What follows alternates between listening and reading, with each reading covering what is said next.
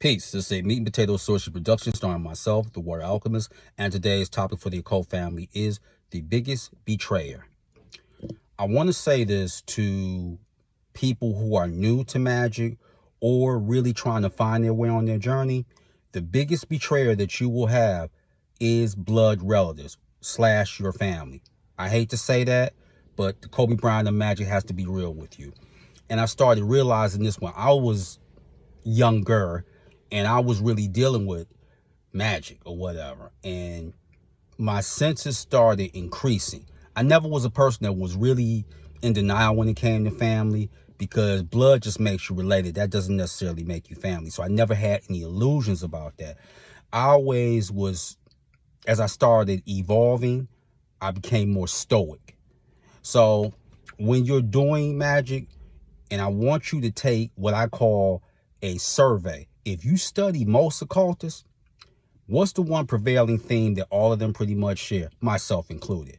They're not really close with family. Not saying that they hate them or they have some malicious intent, but most witches and sorcerers are not close with their family. That's not by any coincidence, because there are none.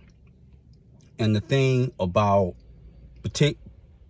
particularly depending on what era that you came from, a lot of mothers and fathers think it's beneath them to apologize for their reckless abandon when it came to their mouth, because even your Bible says the tongue has the power to destroy.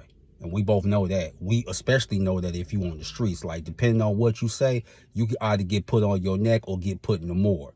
Either way, I wouldn't highly recommend it. Let's say that. So magic is about peeling back layers. That is what it's about. And you're going to go through what I call the spiritual infection. And that's when you get infected and you start questioning, A, am I losing my mind? B, is it really worth all this? Because evolution hurts.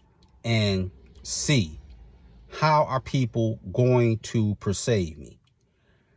They didn't have a great perception of you before magic. As long as you did everything on their terms, you was in like Flynn. But you have to remember something.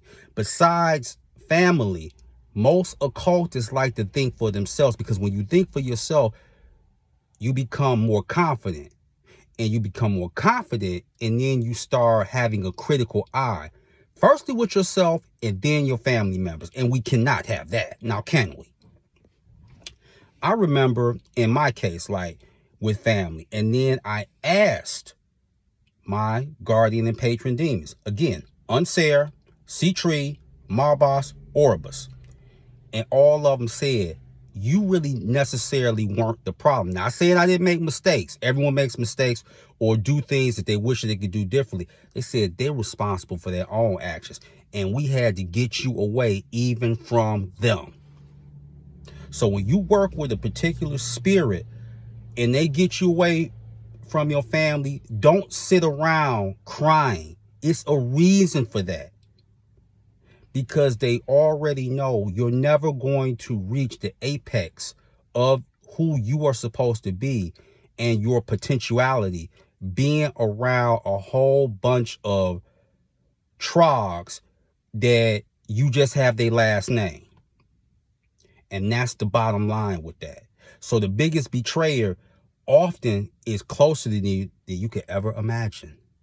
And when you're doing magic, you're going to go through a period of solitude. This is to help you with your emotions and to help you with your trauma. Now, if you want to work with somebody when it comes to trauma, you can work with Behemoth and also La Santísima. La Santísima helps with depression as well as Behemoth, and you feel that you're sinking. So I really want you to give that some thought, and I really wanted to offer my insights. So with that, that is your meat and potato sorcery for the day. I am the Water Alchemist. Be water, my friends. Peace.